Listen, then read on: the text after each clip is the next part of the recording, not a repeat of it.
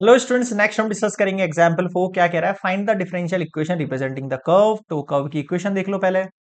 First में क्या दिया है आपको? y इक्वल्स टू ई की power minus x plus a x plus b and b are arbitrary constant. अब देखो, डिफरेंशियल इक्वेशन बनानी रिप्रेजेंटिंग द कर्व, इस कर्व की इक्वेशन से। पॉइंट ये है कि हमें डिफरेंशियल इक्वेशन बनानी तो है, बट उसमें कॉन्स्टेंट्स एलिमिनेट होने चाहिए। ये खुद कह रहा है कि ए और बी जो है कॉन्स्टेंट है, वो हटाओ।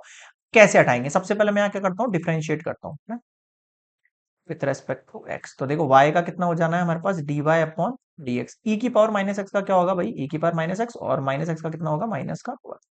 प्लस ए एक्स का कितना होगा? a as it is, x का कितना हो जाएगा? वन, और b का हो जाएगा जीरो। तो फाइनली अगर आप देखो तो dy बाय dx का मेरे पास वैल्यू आया है नेगेटिव e की पावर माइनस एक्स प्लस ए।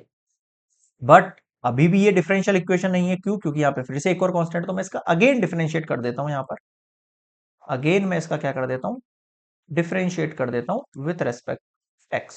अगर मैं ऐसा करता हूं तो d y by d x का डिफरेंशिएट करो पहले। D square Y by D x square equals to negative ई की पावर माइनस एक्स, और माइनस एक्स का कितना हो जाएगा? माइनस, और ये जीरो। तो d square Y by D x square equals to positive का हो जाएगा ई की power minus x, minus minus कितना हो गया? प्लस हो गया।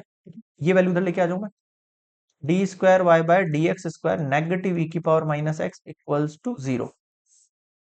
बताओ समझ में आया क्या? क्लियर है?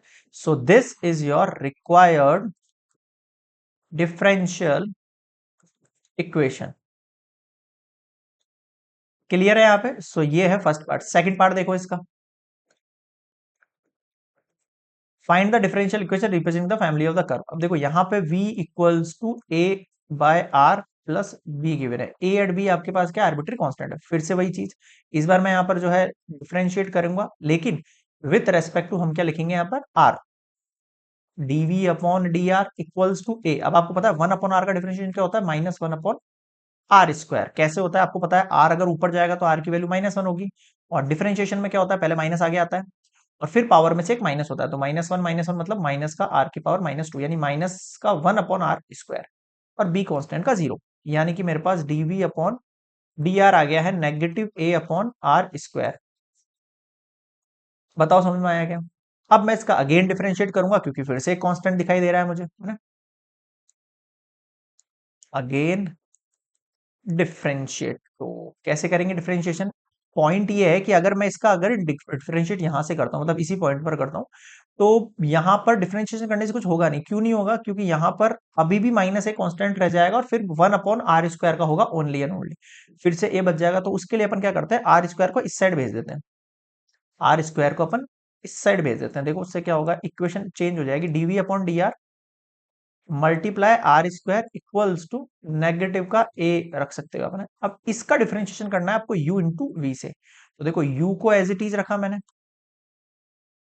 ठीक है, और आर स्क्वायर का डिफरेंशिएशन कितना हो जाएगा? टू आर और आर का one, okay, plus are square as it is DV by D R का फिर से डिफरेंशिएशन कितना हो जाएगा? D square we by D R square equals to A minus A का कितना हो जाएगा? कांस्टेंट हो जाएगा जीरो। यानी बचा क्या मेरे पास फाइनली? वो देखना, two r dot d v upon d r plus are square dot d square we by D R square equals to zero. अब आप इस इक्वेशन को ढंग से देखो।